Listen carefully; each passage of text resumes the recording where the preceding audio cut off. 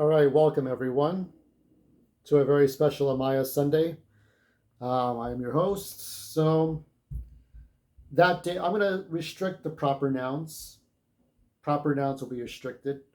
And I want to say to you, Amaya, I don't care who you vote for, but vote true. I still have love and respect and admiration for you, no matter who you voted for. So, or if you voted at all. But I have bullet points. I don't use a teleprompt. Uh, so, like the red team, I don't use a teleprompt, but I do have bullet points, kind of like my history teacher so many years ago. So, proper nouns are going to be heavily restricted. I'm not going to use a lot of proper nouns because I want to keep this as timeless as possible, and I want to be respectful to you, your friends, your family. Um, just kind of keep it neutral mostly, but I'll allude to things. So, um, yeah, I don't care who you vote for, as long as you voted with your heart, you voted with your mind. I plan to go to my polling place in a couple of days. It's not too far away, 10 minutes away. I'm going to say no to most of the propositions except one, which is supposed to have heavier penalties for stealing, theft, and murders. So there needs to be high penalties in this state for murders and stealing. That's how you scare people into not committing crimes anymore. Like you do something, you pay. Our previous president, the 45th president, actually put a law into place that if you knock down a statue, you get 10 years in prison. So people were knocking. Remember when people were knocking down statues? Oh, that was a dark time, really dark. So yeah, 10 years penalty. That's how you stop committing crimes. We can't do that no more. So let me tell you about my Jake Sully moment. Now, Jake Sully, that's a proper noun, but it's a fictional character in that movie. In Avatar, Jake was on the military side, and then he switched over to the the Smurf people, the giant blue people, to save their home, their native home, their native Pandora Awa home from the military. So he switched from one thing to another. Um, 9 years ago, I bought into the hate the guy with the bad hairpiece on his head. He's a dictator. He's evil, right? And he hates all people of other colors and stuff. And um, I switched out of that because the more I read, the more I looked at things, I started to distrust the TV news on and on and on. Um, Things were taken out of context. A lot of things that this man, so the presidential candidate for the red team, his speeches are taken out of context as though he's threatening everybody when he really isn't. Does he talk a lot of shit? Yes. Does he say a lot of dumb things? Yes. Has he made mistakes as a businessman and as the president when he was the president? Yes.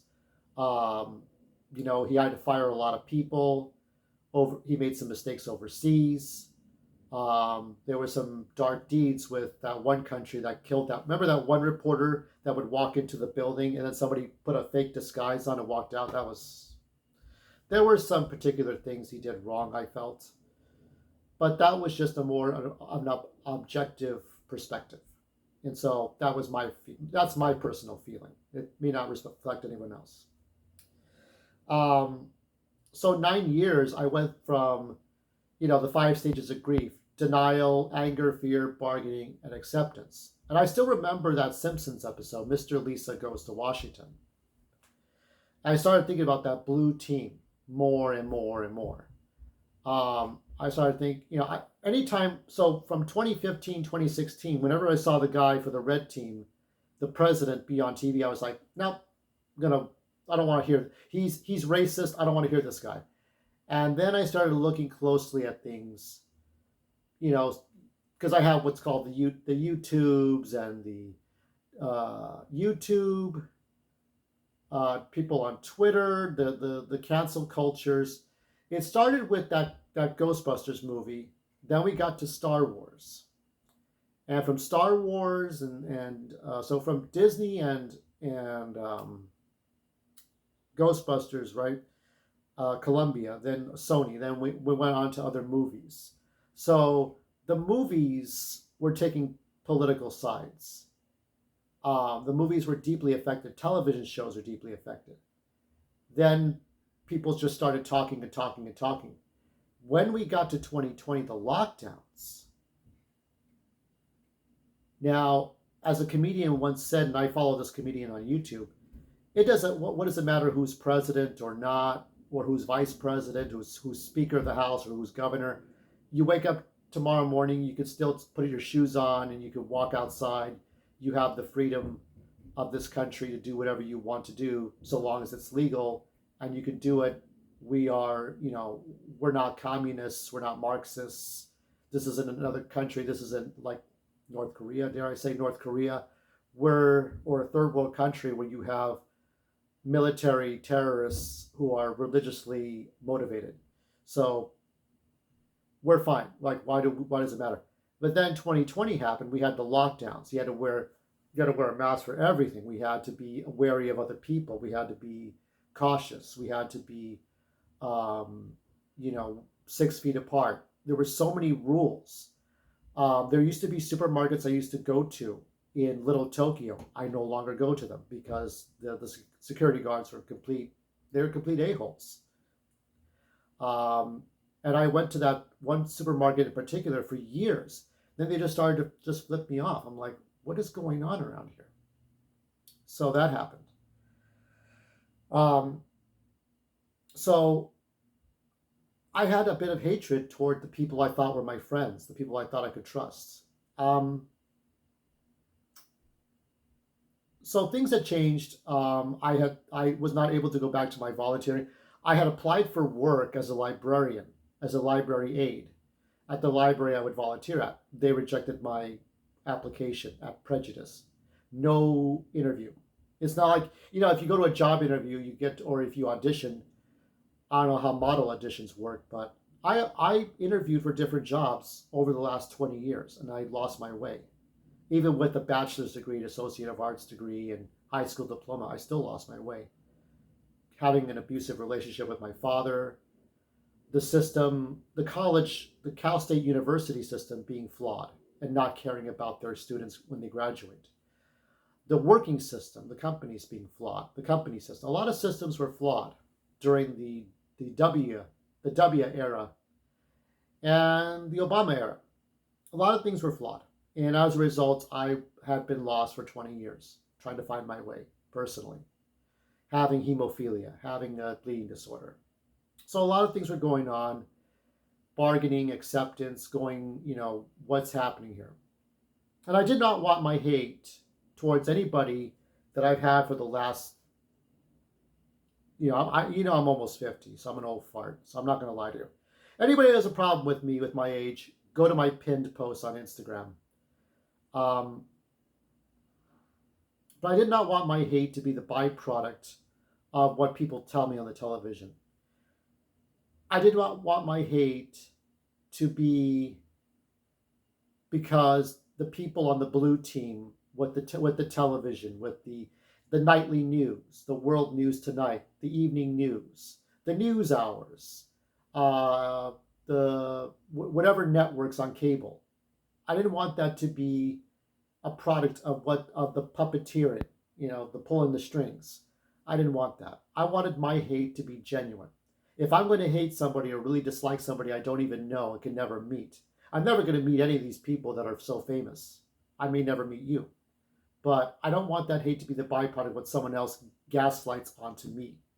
I do the research now. It's like when you go on the trains or when you put your sunglasses on, in particular. Let me see if I can find it.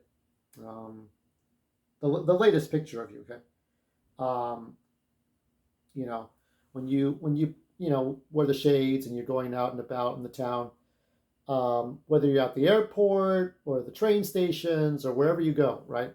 You have to watch everything. Let me see if I do it right. Everything, because you have to. So just like with the news, you have to watch everything that's going on. The right talking heads, the left talking heads, the blue talking heads, the red ones, the green ones, the yellow ones, the orange ones. You have to watch everything because you have to. I've seen so many administrations come and go. I've seen so many presidents come and go. I've seen so many presidential candidates come and go. But never before in all my 40 plus years have I ever seen something so bipolar, like in the methods, to demonize somebody based on out of context stuff, to say that they're racist or sexist based on what someone else says. I've never seen that happen before in my entire life, ever. There are dirty deeds that career politicians have done, but I've never seen this before, ever. This is the first time. And now that we have the internet, it's sort of like we have that counter, that sort of that rebellion side of, hey, let's look at everything. So that's what I've been doing.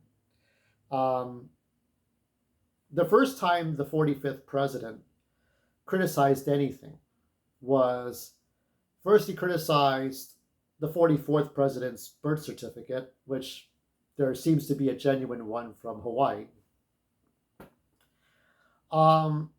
But the other thing he criticized was the WMDs from the war. And by the way, the vice president from that the 43rd vice president is all too happy to support, is supporting the blue team. The 43rd vice president is supporting the blue team. I think that's correct. So that should tell you something's not right. So there's a lot of things going on. Celebrities defending. There was that SNL skit that was cringe. So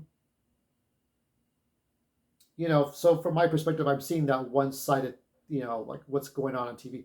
So the 45th president's criticizing the weapons of that war that we should never have gotten into right after 9/11. And it was weird. When I saw, let me put this down because now I'm done with my bullet points. When I wrote The Outcasters and published The Outcasters in 2007, you were only 3 years old.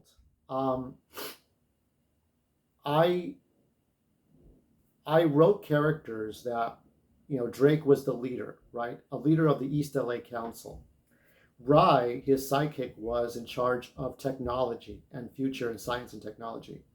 Gino would be in charge of the entertainment and community events, the fun things that communities do, right? Rosemary would be in charge of women and children's rights, animal rights, women's rights. And Jorge would be in charge of security, law enforcement. And all 5 of these characters would make up looking out for the community. And I wrote that years ago. Eventually, they did the wrong things and fought hate groups like Nazis and Klansmen and Panthers and strict man-hating women parties, right? And then they lost their jobs. But then there was an extraterrestrial terrorist attack, and the good guys fought the bad guys, but the good guys died, and their descendants took over and tried to recreate life and city and civilization. And I told that story over and over and over and over again. So now I'm just working on the current story, and somehow I'm kind of putting a fictional version of you in there. Not political, but just an element of life. So I don't have much more to say. My decision is to vote for the red team, not because I'm not a racist, not a sexist, and there's a lot of people of different colors, shapes, and sizes who are on the red team. I'm just tired of the gaslighting. If you look at Tulsi, Tulsi, she made a fool out of the blue team's current presidential candidate. She made a fool out of her, and then she was called an asset for the Red Army. Okay, for the Ruskies. For what? For standing up to authority? That's harsh. There's a lot of, the blue team is too dirty, in my honest opinion. So usually politics is a weird thing because it's usually like people of team A versus people of team B. It's dueling banjos. It's like, well, we don't care about this stuff. We got to mind our own business, right? But 2020, a lot of young people got gaslit to hate the red team with a passion. 2020, a lot of people were gaslit up the backside to really hate the red team. For what? It made no sense to me. The more you read, the more you watch, the more you listen, and the more you think, what are we doing? So 15 minutes in, and I'll tell you that's what I'm doing. And whatever you want to do, I think for Amiah Catherine Miller, I think she wants everyone to get along. I don't think she wants to see wars. I don't think she wants to see hate. I don't think she wants to see bloodshed or violence, or I think she wants everyone to get along. And when I saw Team Unity, when I saw, I'm going to say the proper names now: Trump, Vance, Musk. I know people don't like Musk. I get it, but who's better? Tulsi. When I saw Tucker and Vivek and RFK Jr., who wants to get us healthy, it reminded me of my work and my writing of the Outcasters. And that's when I was like, that's it. Okay. So the dinosaurs have a lot of work to do to reshape the blue team. The dinosaurs are going to have to revolt and reshape that blue team. That's going to happen in the distant future. So that when we have dueling banjos in decades to come, it'll be done right, and we will have things done right. And that's it. So if you haven't voted yet, Amiah, pretend the guy with the orange hair piece does not exist, okay? Look at the person for the blue team. Pretend Trump is just a verb.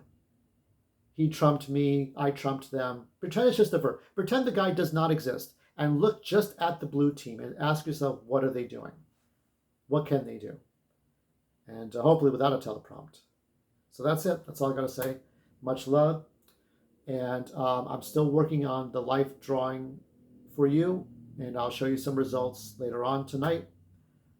But it's just going to be a crazy time on Tuesday, and hopefully no cheating is involved, because I have a theory about the last term's cheating, but I'll probably keep that to myself because it's YouTube. You can't say it was rigged. You can't say that.